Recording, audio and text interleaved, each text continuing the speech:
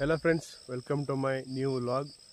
So ಇವಾಗ ನಾನು ನಮ್ಮ ಹಳ್ಳಿಗೆ ಬಂದಿದ್ದೀನಿ, ನಮ್ಮ ಸ್ವಂತ ಊರಿಗೆ, ಹಿರಿಯೂರು. ಇವಾಗ ಸದ್ಯಕ್ಕೆ ನಾನು ಜಮೀನಲ್ಲಿದ್ದೀನಿ. ಇದೇ ನೋಡಿ ನಮ್ಮ ಜಮೀನು.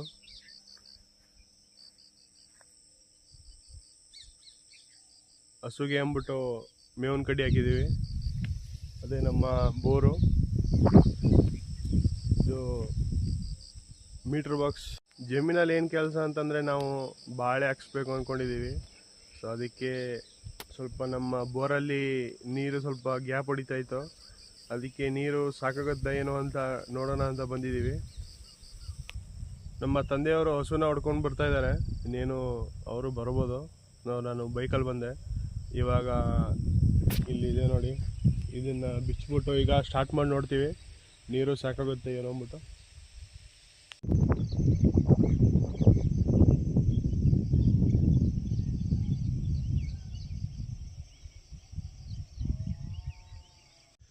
ನಮ್ಮ ಜಮೀನ್ ಪಕ್ಕದಲ್ಲಿ ಒಂದು ರೋಡ್ ಇದೆ, ತಾರ್ ರೋಡು.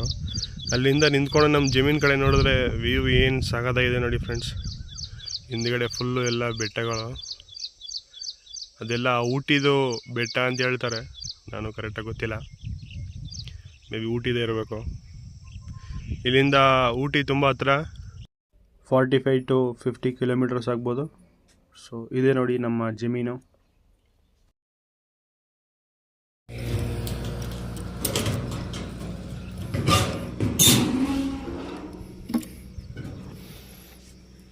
ಇವಾಗ ಮೋಟರ್ ಸ್ಟಾರ್ಟ್ ಮಾಡ್ತಾ ಇದ್ದೀನಿ. ಕರೆಂಟ್ ಇದೆ.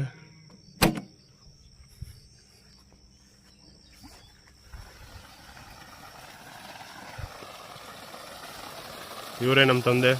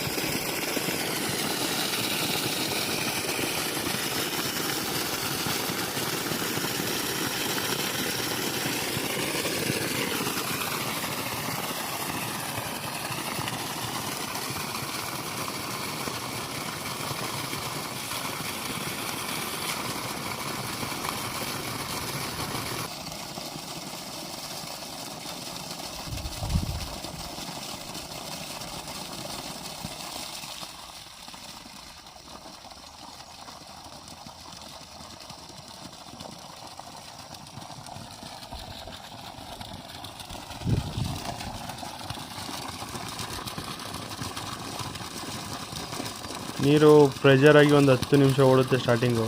ಅದಾದಮೇಲೆ ಈ ಥರ ಪ್ರೆಷರ್ ಡೌನ್ ಆಗಿಬಿಡುತ್ತೆ. ಮೊದಲು ಇಷ್ಟು ಬರ್ತಾ ಇರಲಿಲ್ಲ, 5 ನಿಮಿಷ ಓಡ್ಬಿಟ್ಟು ಆಮೇಲೆ ಗ್ಯಾಪ್ ಹೊಡಿತಾ ಇತ್ತು ಸಿಕ್ಕಾಬಿಟ್ಟೆ. ಇವಾಗ ಪರವಾಗಿಲ್ಲ, ಸ್ವಲ್ಪ ಪಿಕಪ್ ಆಗಿದೆ.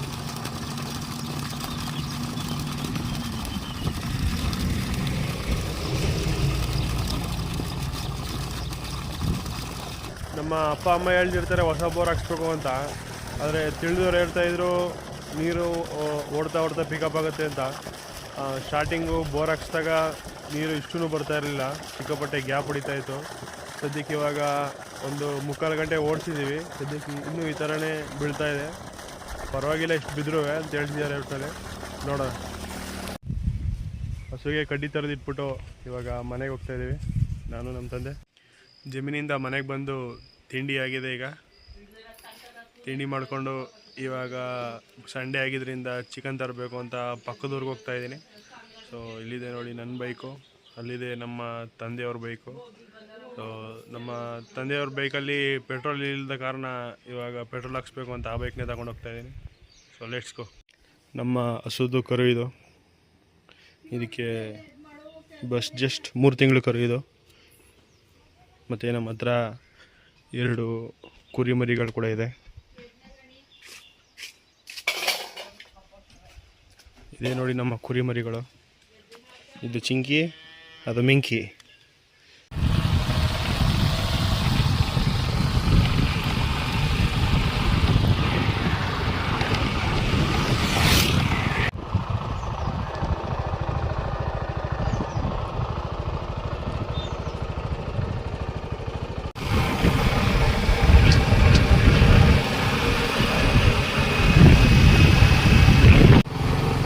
ಪೆಟ್ರೋಲ್ ಹಾಕ್ಸ್ಕೊಂಡು ಸಾಮಾನು ತಗೊಂಡು ಈಗ ನಮ್ಮೂರ ಕಡೆ ಹೋಗ್ತಾ ಇದ್ದೀನಿ.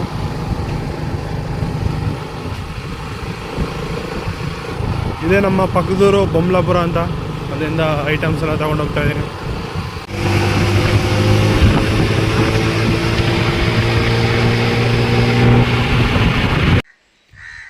ಇದೇ ನೋಡಿ ನಮ್ಮ 4 ತಲೆಮಾರು ವಾಸ ಮಾಡಿರುವಂಥ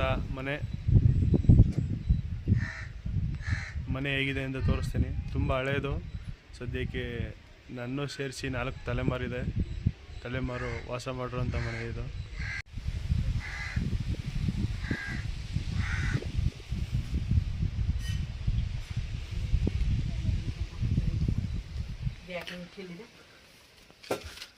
ಇದೇ ನಮ್ಮ ಮನೆ. ಇವರು ನಮ್ಮ ತಾತ ಮದನ ಶೆಟ್ರು ಅಂತ. ಇವ್ರ ತಂದೆಯವರು ಕೂಡ ಇದೇ ಮನೆಯಲ್ಲಿ ಇದ್ರು ಅಂತ ಹೇಳ್ತಾರೆ, ನಮ್ಮ ಮುತ್ತಾತ. ಸೊ ನಾನು ನಮ್ಮ ತಂದೆ ಕೂಡ ಇದೇ ಮನೆಯಲ್ಲಿರೋದು ಸದ್ಯಕ್ಕೆ. ಇವಾಗ ಮನೆ ಮುಂದೆ ಕೂಡ ಜಾಗ ಇದೆ. ಇದರಲ್ಲಿ ಇವಾಗ ಒಂದು ಹಸುಗೆ ಅಂದ್ಬಿಟ್ಟು ಒಂದು ಶೆಡ್ ಕಟ್ಸಿದ್ದೀವಿ. ಮಳೆ ಟೈಮಲ್ಲೆಲ್ಲ ಫುಲ್ಲು ಇದಾಗುತ್ತೆ ಅಂದ್ಬಿಟ್ಟು ಅದು ಸ್ವಲ್ಪ ಅರ್ಧ ಕೆಲಸ ಆಗ್ಬಿಟ್ಟಿದೆ, ಮತ್ತೆ ಸ್ಟಾರ್ಟ್ ಮಾಡಬೇಕು. ನಾವು ಹೊಸದಾಗಿ ಮನೆ ಕಟ್ಸೋಣ ಅಂದ್ಕೊಂಡಿದ್ದೀವಿ, ಆದರೆ ಒಂದು ಕನ್ಫ್ಯೂಸಲ್ಲಿದ್ದೀವಿ. ಈ ಮನೆನೇ ಹೊಡೆದಾಕ್ಬಿಟ್ಟು ಕಟ್ಟೋದ ಅಥವಾ ಮನೆ ಮುಂದೆ ಜಾಗ ಇದೆಯಲ್ಲ ಇಲ್ಲಿ ಕಟ್ಟೋದ ಅಂದ್ಬಿಟ್ಟು.